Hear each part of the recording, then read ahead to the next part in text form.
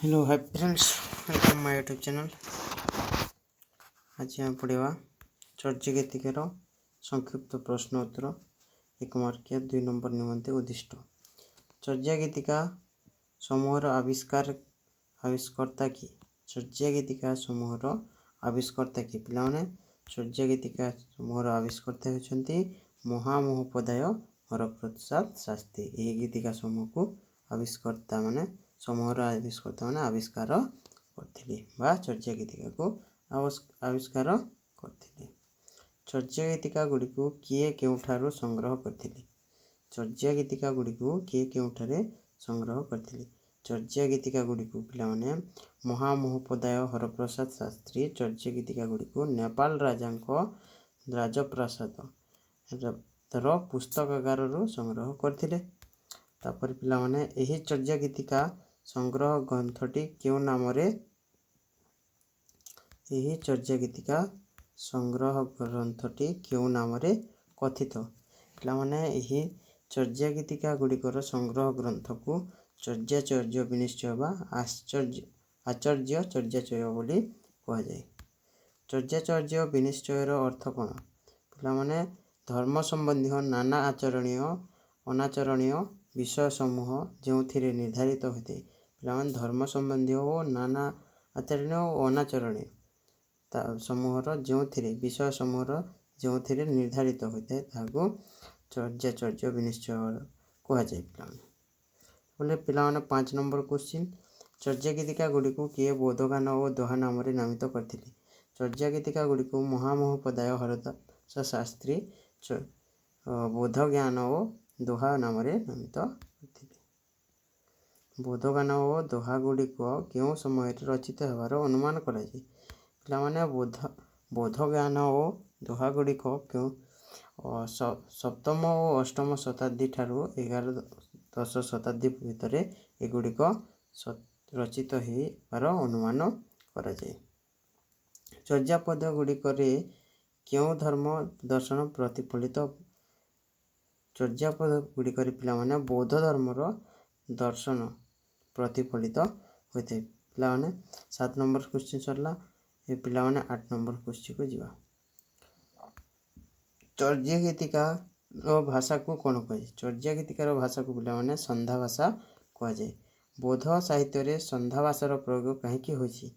श्रद्धाहीन जनसाधारण ठारू साधनार गूढ़ तत्व मान गोपन रखिबा उद्देश्य पिलाने साधारण जनता मान ठारू साधनार गूढ़ तत्व गुड़ी को गोपन रखिबा उद्देश्य सिद्धाचार्य माने एक सांकेतिक भाषा व्यवहार करथिले ताहा होछि संधा भाषा भावे परिचित।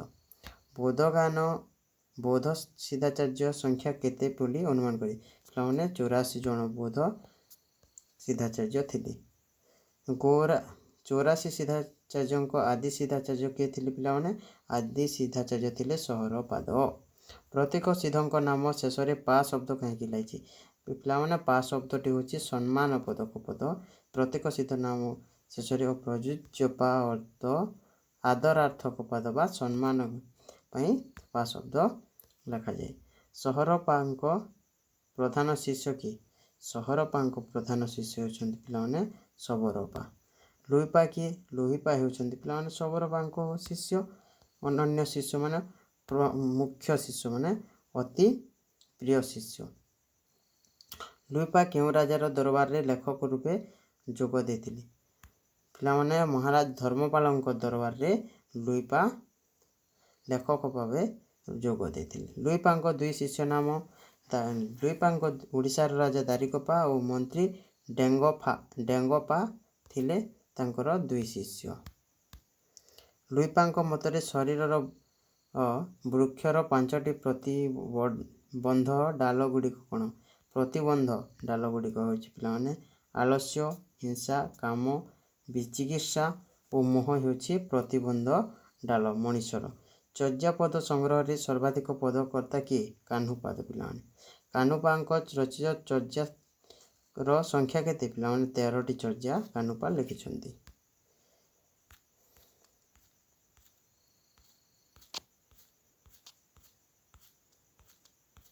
पिलाने आसला में 19 नंबर क्वेश्चन वज्रयानर प्रवर्तक किए संबलर राजा इंद्रभूति हेले वज्रयानर प्रवर्तक संबल राजा को संबल कहले क्यों आधुनिक अंचल को बुझाए संबल कहले पे संबलपुर आधुनिक अंचल संबलपुर को बुझाए सहजयानर प्रवर्तिका किए सहजयानर प्रवर्तिका होती पे लक्ष्मीकरा और से इंद्रभूतिर कौन भौणी थे लक्ष्मीकरा थे पे इंद्रभूति भौणी से होती सहजयानर प्रवर्तिका माने नारी भाव तो तांको प्रवर्तिका पुरुष को प्रवर्तक कहुए पे वज्रयानर कहार आराधना करा जाउथिला वज्रयान पंचध्यानिक बुद्ध और तांत्रिक देव देवी आराधना मुख्य विवेचित हुई वज्रयान पे बुद्ध और तांत्रिक देवदेवता मानू मुख्य विवेचित कर आह्वान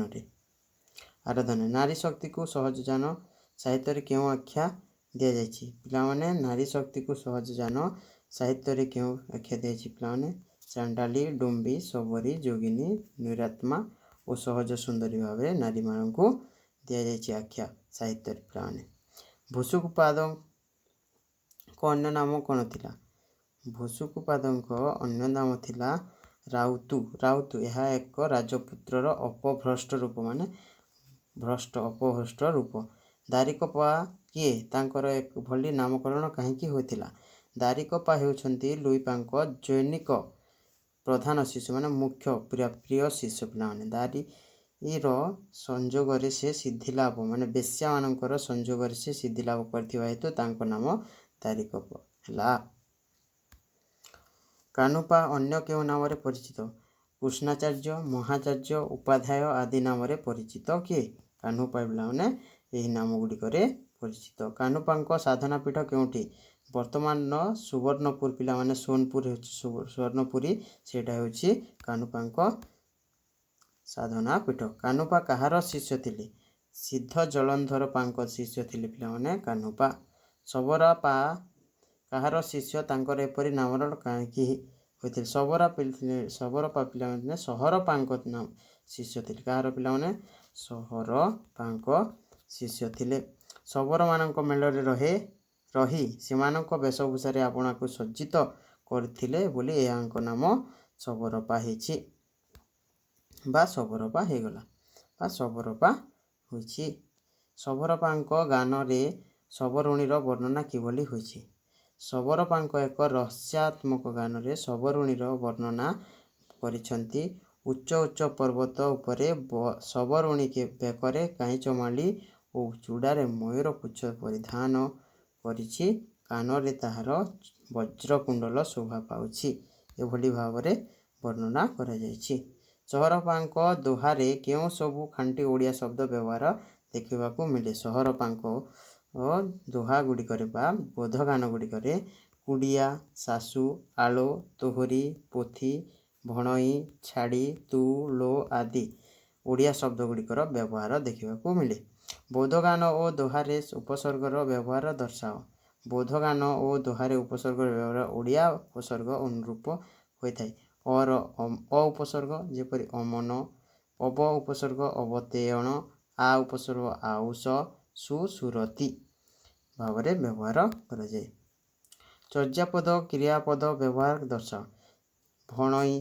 देखई रुधिला पीबई पीवा को पिला मारिओ मारिला को मार बोली भाव दर्शा जाए पिला बोधगान बा दोहा गुड़िक चर्यापद व्यवहृत केतेक सर्वनाम पिला प्रथम पुरुष आम हे मोहर मुकु मई मोरी इटा मु तुमे हे तुमे तोए तोहरे सो सोई तो तासु जोस जसु जहार को काहेर तही एथु तैल तैथा कैसे कैसन था एगुड़िक क्रिया विशेषणात्मक प्रश्नवाचक संबंधवाचक व्यवहार कराए पिला सिद्धचार्य लुईपांक बहुचर्चित कविता पंक्ति उल्लेख कर का तरुबर पांच बिड़ाल चंचल चाए पैठा काल दृढ़ करीण महासुह परिमाण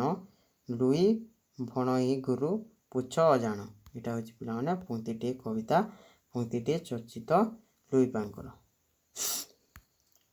କାହ୍ନୁପାଙ୍କ ରହସ୍ୟଧର୍ମୀ କବିତାଂଶ ନମୁନାଟିଏ ପ୍ରଦାନ କର। ନଗର ବାହାରେ ଡୁମ୍ବି ତୁହୁରି କୁଡ଼ିଆ। ପିଲାମାନେ ନଗର ମାନେ ସହରର ବାହାରେ ମାନେ ଶେଷରେ ଡୁମ୍ବି ମାନେ ଅନ୍ୟ ଜାତିର ଲୋକମାନେ ପିଲାମାନେ ତୁହୁରି କୁଡ଼ିଆ ମାନେ ତାର ଡୁମ୍ବିର ଘର, କୁଡ଼ିଆ ମାନେ ଘର। ଛୋଇ ଛୋଇ ଯାଇ ସୋ ବ୍ରାହ୍ମଣ ନାଡ଼ିଆ। ଛୋଇ ଛୋଇ ମାନେ ପିଲାମାନେ ଲୁଚି ଲୁଚି ଯାଏ ବ୍ରାହ୍ମଣଟିଏ। ଆଲୋ ଡମ୍ବି ତୋ ଏ ସମ କରିବ ମୋ ସାଙ୍ଗ। ଏ ସମ ମାନେ ପିଲା ମାନେ କରିବ ସାଙ୍ଗ। ନିଘିଣ କାହ୍ନୁ କପାଳି ଜୋଇ ଲାଙ୍ଗ। ଏଇଟା ଥିଲା ପିଲାମାନେ କବିତାଂଶ ନମୁନା ଗୁଡ଼ିକ କାହ୍ନୁପାଙ୍କ। ସବରୀପାଙ୍କ ରଚିତ ଏକ ଚର୍ଚ୍ଚିତ ଦୋହା ଯେଉଁଥିରେ ଶରୀରର ସୌନ୍ଦର୍ଯ୍ୟ ବର୍ଣ୍ଣିତ ହୋଇଛି ଉଲ୍ଲେଖ କର। ଉଚ୍ଚା ଉଚ୍ଚା ପର୍ବତ ତହିଁ ବସଇ ସବରୀ ବାଳି ମଙ୍ଗରି ମୋରଙ୍ଗୀ ପିଛ ପରହୀଣ ସବରୀ ଗିବତ ଗୁଞ୍ଜରି ମାଳି। ଏଇଟା ହେଉଛି ପିଲାମାନେ ଶରୀରକୁ ବର୍ଣ୍ଣନା କରିଯାଇଛି ଏହି କବିତାଂଶ। ଉଚ୍ଚା ଉଚ୍ଚା ପର୍ବତ ମାନେ ଉଚ୍ଚ ଉଚ୍ଚ ପର୍ବତ ଗୁଡ଼ିଏ ବସିଛି ସବରୀଟି। ମୋରଙ୍ଗୀ ମୟୂର ପୁଚ୍ଛକୁ ମାନେ ମୟୂରକୁ ପରକୁ ପିଲା ପରଇ ସବରୀ ତାର ମୁଣ୍ଡରେ ଲଗେଇଛି ପିଲା। ଗୁଞ୍ଜରି ମାଳି ଗିବତ ମାନେ ଗଳାରେ ଗୁଞ୍ଜରି ମାଳି ମାନେ ମାଳି ଗୁଡ଼ାକ ପିନ୍ଧିଛି। ମାରିଆ ଶାଶୁ ନଣନ୍ଦ ଘରେ ଶାଳୀ ମା ମାରିଆ କାହ୍ନୁ ଭଇଲ କପାଳି। ଏହା କେଉଁ ସିଧାଚାର୍ଯ୍ୟ? କାହ୍ନୁପାଙ୍କ। ପିଲାମାନେ କାହ୍ନୁ ବୋଲି କାହ୍ନୁପାଙ୍କର ହେଇଥିବ କାହ୍ନୁପାଙ୍କ। ଚର୍ଯ୍ୟା ଗୀତିକାର ପ୍ରକୃତ ଭାଷା କ'ଣ? ମାଗଧୀ ଭାଷା ଓ ଅପଭ୍ରଂଶ ଭାଷା ହେଉଛି ଚର୍ଯ୍ୟା ଗୀତିକାର ମୁଖ୍ୟ ଭାଷା ବା ଚର୍ଯ୍ୟା ଗୀତିର ଭାଷା ଗୁଡ଼ିକ ହେଉଛି ମାଗଧୀ ଭାଷା। ପିଲାମାନେ ଯଦି ଭିଡ଼ିଓଟି ଭଲ ଲାଗିଥିବ ତାହେଲେ ଲାଇକ୍ କରିବେ, ସେୟାର କରିବେ ଓ ସବସ୍କ୍ରାଇବ୍ କରିବାକୁ ଭୁଲିବେ ନାହିଁ। ଓ ନେକ୍ସଟ କ୍ଲାସ୍ରେ ପଢ଼ିବା ପିଲାମାନେ ଆମେ ନାଥ ସାହିତ୍ୟ। ତ ଥ୍ୟାଙ୍କ ୟୁ, ଧନ୍ୟବାଦ।